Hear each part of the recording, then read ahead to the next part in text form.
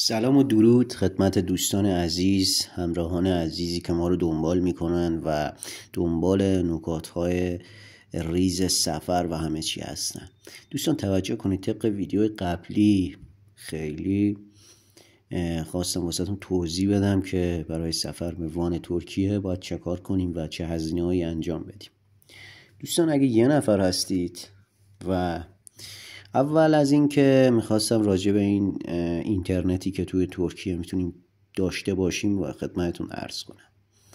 دوستان این سیم کارت آپتله که میتونید از نمایندگی ها خریداری کنید. توی اگه آپو داشته باشید اونجا میتونید درخواستش رو بزنید و از نمایندگی ها بگیریدش که توی هر شهر داره و هستش.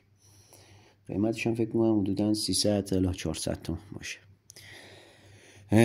و قدم بعدی که خواستم عرض کنم خدمتتون دوستان، شما میتونید از دو طریق وارد وان بشید.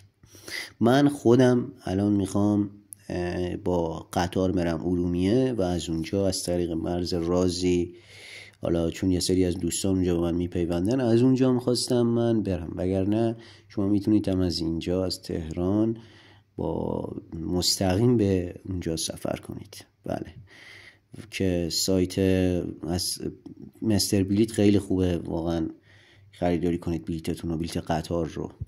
من خودم از تهران به ارومیه گرفتم و که واسه شب حرکت میکنم. و نکته بعدی که خواستم عرض کنم خدمتتون واسه خرید لیر. دوستان توجه کنید، لیر اگه خواستید بخرید میتونید از تهران، نمایندگی های مانیرو هستن، اونجا میتونید لیر بخرید و حتما توجه داشته باشید به تاریخ های پاسپورتتون عزیزان.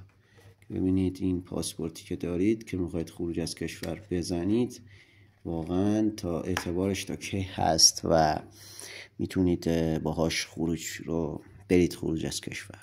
و امشب هم ساعت 9:30 معمولا قطارهای ارومیه حرکت میکنه.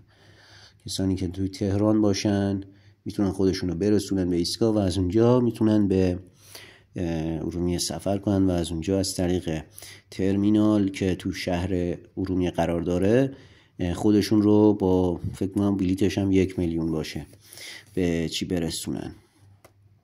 به وان ترکیه. خب تا اینجا خواستم یه سری نکته رو بگم. تو فیلم های بعدی، کلیپ های بعدی حتما فیلم میذارم از جاده، از قطار، از همه چی واسهتون توضیح میدم. منتظر کامنت و لایک های شما عزیزان هستم. لایک و سابسکرایب فراموش نشه، منتظرتون هستم. به امید دیدار.